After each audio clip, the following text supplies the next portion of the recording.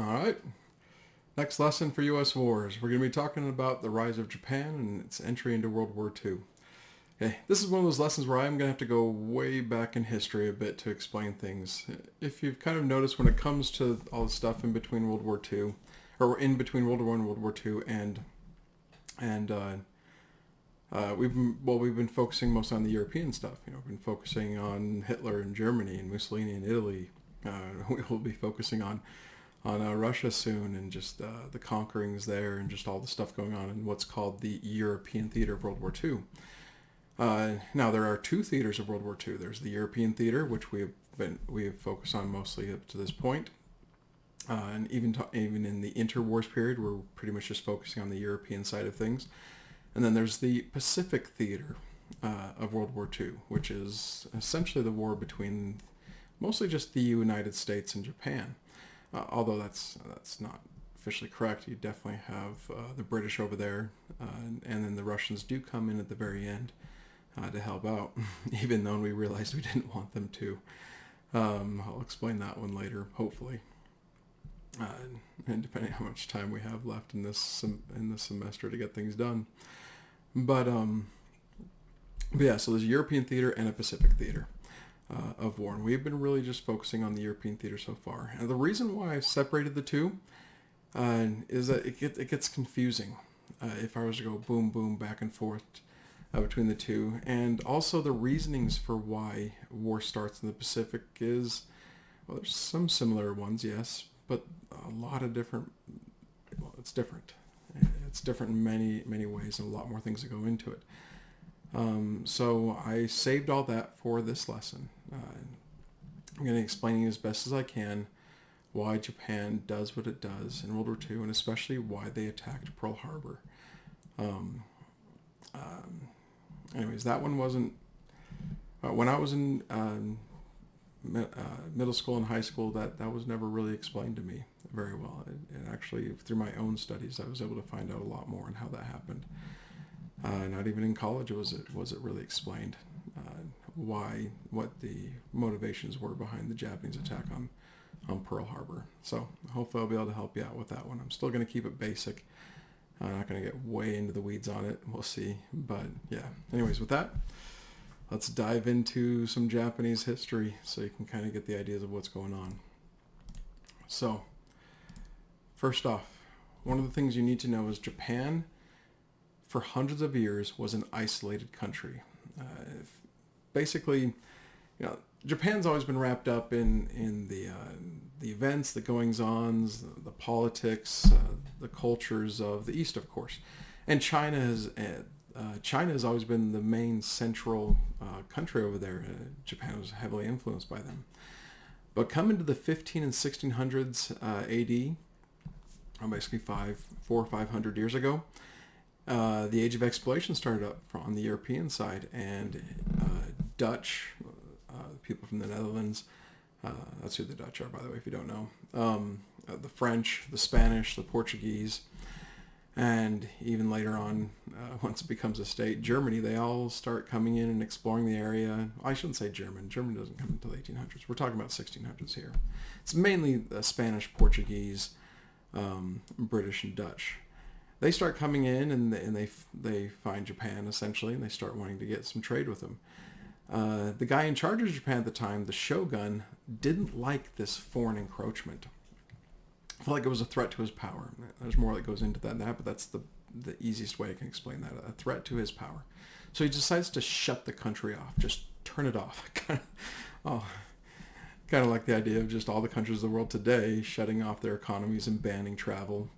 And that's what the shogun did 400 years ago to Japan. Just like no one else comes in. He did allow one tiny little port down here, I think it is, if you see my pointer, just one tiny little port down there, to be for the Dutch to come in, so at least he could get some information, but he severely limited their contact with Japanese people.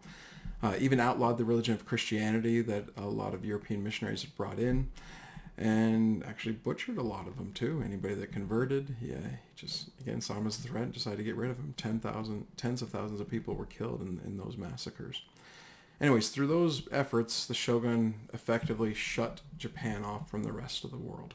And it stayed that way for hundreds of years into the mid-1800s until the United States comes in.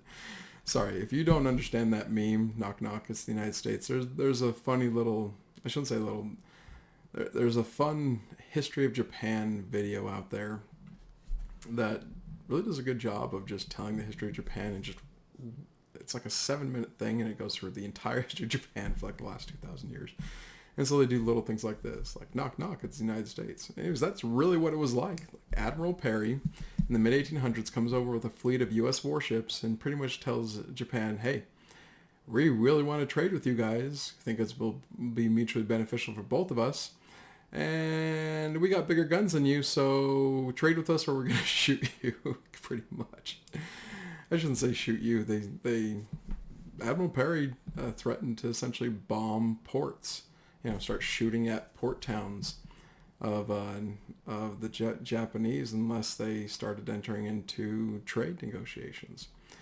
And that didn't just open up trade between Japan and the United States. That opened up trade between Japan and all other nations. Like Britain came back in, and Germany comes in at this point, and the Dutch and everybody else. So if you're thinking, oh, it was Pearl Harbor a revenge for that? No, it wasn't. In fact, in the long run, Japan actually was like, wow, we needed to open up. They didn't appreciate the way we did that to them, but they wanted to open up. Because when they finally did open up, they realized, holy cow, we are so behind the rest of the world. And technology and everything else, like just those warships the U.S. brought in, like we can't stand up against that. We can't stand up with the firepower, the technological majesty, you could say, of these European nations. So we better go along to get along. Because they come into this so late that they look at other areas of the world that the Europeans have colonized and imperialized over the last 200 years, between the 16, 17, and 1800s. And the Japanese realized, we don't want to become like them. We don't want the Europeans to completely dominate us. So their strategy became, let's copy the Europeans. Let's do everything they do. Let's become and so that we can become as powerful as them. And once we become as powerful as them, then we can shove them off. Okay, this was an overall long-term strategy for the Japanese, thinking that they knew that this would probably go longer than just a generation in the 1800s. It would go longer, maybe even take them 100 years, which that's actually how long it does go, until they decide to really pull the trigger on it. And over this time, they keep looking at the Europeans, copycatting the Europeans. Oh, let me bring this up. They revolutionize. They start building industry. And stuff like that. The Europeans look at the Japanese like, oh wow, you guys are, thanks for copying us. You're like our little brother down there in Asia. You're still not as good as us, but since you're such good, willing little people, we'll help you out and trade with you guys. Sounds great. But yeah, Japan both industrializes and makes sure to militarize as well, to make sure their military could be considered just as good as one of the European militaries that seems to win all the time. So the thing is that in doing so, it was viewed that they had to get rid of their past. This is one of a very controversial thing to talk about, an interesting thing to talk about all the way to today. What I'm talking about right now is the Japanese outlaw samurai culture, a culture that's been around for almost a millennia at this point. They think, you know what, these people are holding us back. And they're keeping us from industrializing. They don't like the idea. They don't like the idea of change, so we just need to get rid of them. That picture I just brought up there is just a representation of a new modern army taking on an old samurai army and just destroying it. There's actually a great movie, a Tom Cruise movie, but a great movie on this called The Last Samurai. Anyways, it's a fun one, but it actually does an incredibly good job of showing this transformation, modernization of Japan, and the destruction of samurai culture in its wake. Anyways, this whole process, though, of industrializing and modernizing and then getting rid of their past in a way, they don't completely get rid of it because they do bring it back a little bit later. That's why we still have stories about it today, of course. It's all called the Meiji Restoration because the Emperor of Japan at the time this all happened, it was a guy named Meiji, so Emperor Meiji. And Japan becomes the leading modernized country outside of Europe, pretty much. Like when I say Japan revolutionizes itself in 50 years, that is amazing. They do in 50 years what took the European nations 400 years to do. Now, of course, the Europeans were the first ones kind of doing all that and tripping over themselves a bit and finding out what works and what doesn't. But the Japanese looked at that and took all the things that worked and did it for their country. Now, notice I'm not talking about saying did everything that worked in a moral manner. There's a lot of crazy stuff that happens that I'm not going to go into right now. If you want to look up the Meiji Restoration, the crap that went down, assassinations that happened, the destruction of samurai culture, please do. It'd be a great idea for a research paper, honestly, if that really interests you. Anyways, moving on. Now, Japan gets actually so powerful that they think we can finally take on a European nation, and we feel like we need to. There is this, basically Korea is this area that both Russia and Japan want. It's a strategic position, it has resources to it, has some great ports. In fact, one of the main ones that the Russians and Japanese want to fight over is where, I hopefully see this, but let me do this really quick. This port right here called Port Arthur. The Japanese want that, the Russians want it, so there's railroads going down to it. And they end up fighting a war over it. It's called the Russo-Japanese War. Now, technically this war ends in a stalemate where President Theodore Roosevelt of the United States comes in and brokers a peace and he earns the Nobel Peace Prize for it. But basically the Japanese win this one. They get the port, they get Korea, and Russia gets nothing of what it's wanted. Except for the idea of both of them saying, oh, this is a stalemate. Really, Japan wins. And everybody knows it. And this was a shockwave throughout the world. And the idea of like, wait a minute, a non-European nation just beat a European nation. Of course, the French and the Germans and the British like to say, well, Russians really aren't European, so it doesn't really count. It doesn't make the Japanese filters like, what? Totally European. But anyways, so and Russians are like, we're totally European. What are you saying? Anyway, by the way, it's still something to this day. If you ask people from, say, Germany or France and say, are Russians European? Like, every time I've asked that, I've asked it a lot, the main answer I get is, well, they think they're European, but they're really not. Anyways, just a bit of a tangent there. So, moving on though. So you have the Russo-Japanese War happening in the early 1900s, and of course, just about 15 years later, you have World War I start. Japan looks at World War I not as this idea that they need to get involved for all the reasons the European nations did and all the things we talked about with World War I. Don't want to go over all that again. But Japan gets involved because they want to get something out of it. Like, wait a minute. The Japanese in 1915 look at it and say, the Allies are pretty much going to win. Now, they didn't realize Germany was going to put up such a dang good fight, but the Allies do end up winning. But Japanese look at it and say, the Allies are going to win. And in fact, in our side of the world, in the Pacific side of the world, the Germans have very few holdings. The British and French have lots of holdings. We could, is now the time to kind of pull the trigger. And the idea of meaning that is now the time to go for our big empire, to shake off the yoke of the British and French mainly. This idea that they're so dominant in our area. Or do we nibble a little bit at the Europeans? Do we help the British and French out, get in their good graces even more, but get the territories from Germany in the Pacific?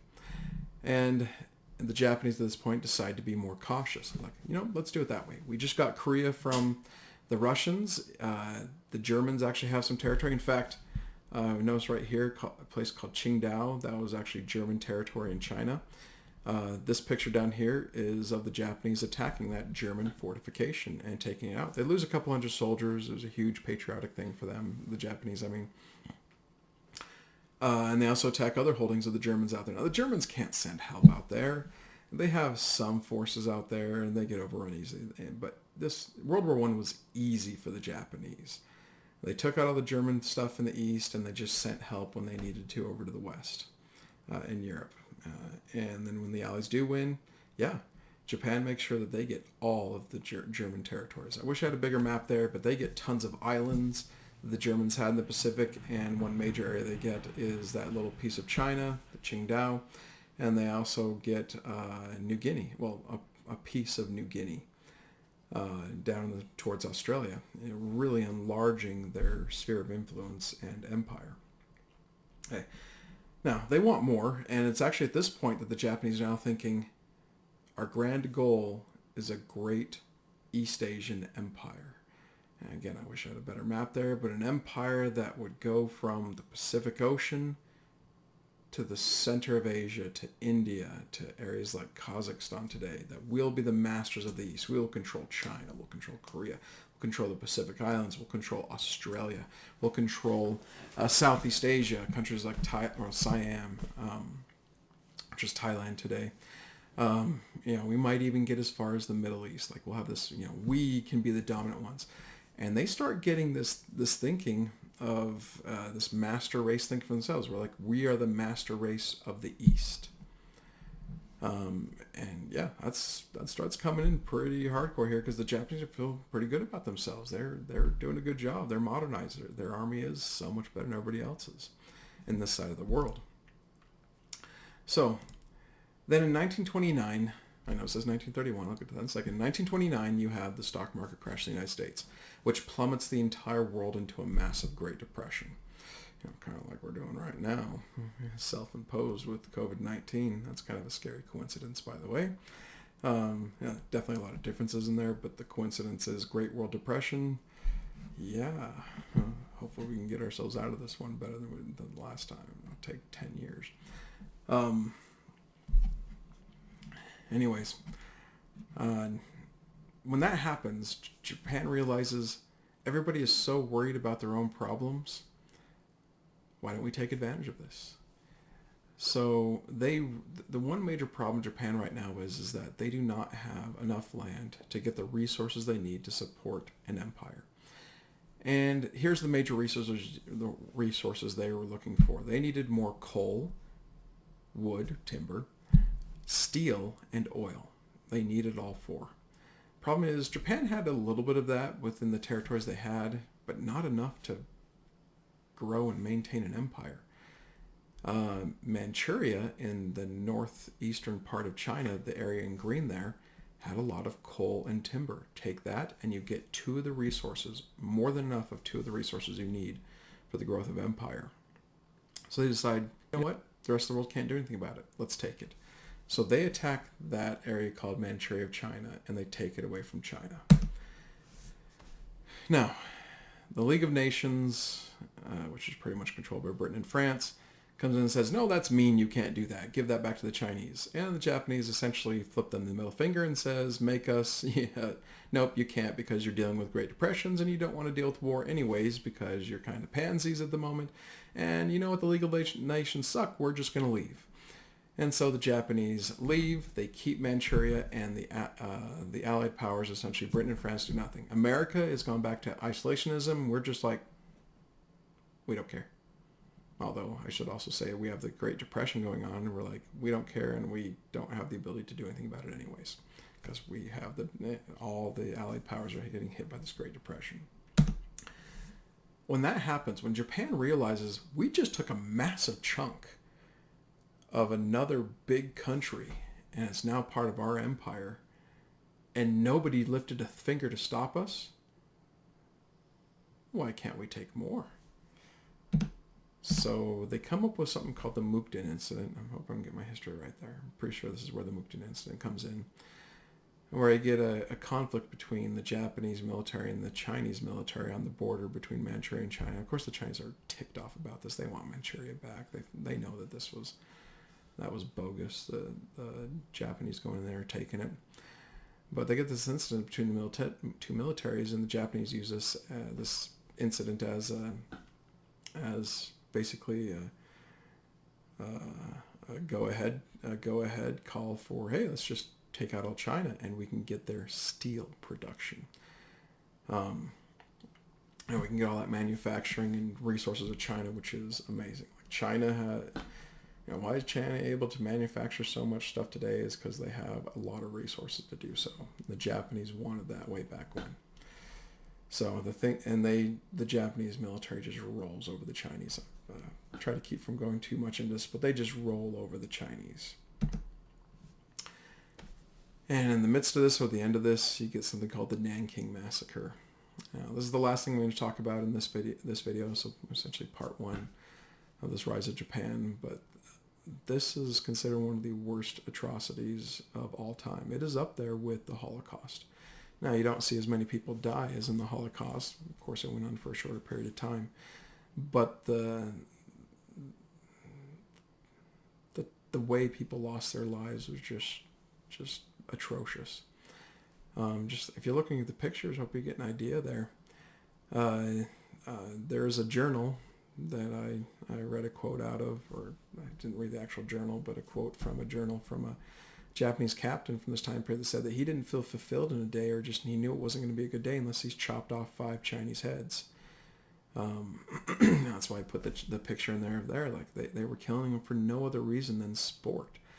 And the picture on the far right, that's the Japanese using Chinese as bayonet practice. Why use a straw dummy when you can just use a real person and get an idea of how this works? This is like, I like to talk about this a little bit more in class, but just to sum this up a little bit, this isn't all the Japanese people, but definitely the people who've seen these pictures, and arguably a lot of the military that at least of the military that was in Nanking, of the Japanese, they're starting to view the Chinese that they're not, they don't have human rights. They're not human, so therefore it's okay to treat them the way you would like a lab rat or something, like when you lose that. And by the way, that's the same thinking of the Nazis towards the Jews and other people, the Roma. By the way, Roma, new name for gypsies now, if that helps you out. The infirm, just everybody else that they picked on over there. Like they're not human, so it's okay to do things to them that you wouldn't do to other humans. There's some awful stuff. I'll just tell you this: those 2 pictures I put in there are not the worst. I can't suggest this, but if you were, now I'm going to say it, but if you, yeah, I'll just stop here. I'm sorry. I won't. It's bad stuff happens. There's other stories I can go into, and I'm just stopping myself from going to it because it could just ruin your day, like really ruin your day if this hasn't already. Anyways. If you want to learn more about that, I'll let you read into it if you'd like. I'm going to stop this now just because we have gone as long as I would like to for the lesson. I just know this is one of the worst war crimes, crimes against humanity in all of world history. Anyways, that being said, I'll see you guys in the next part of this lesson.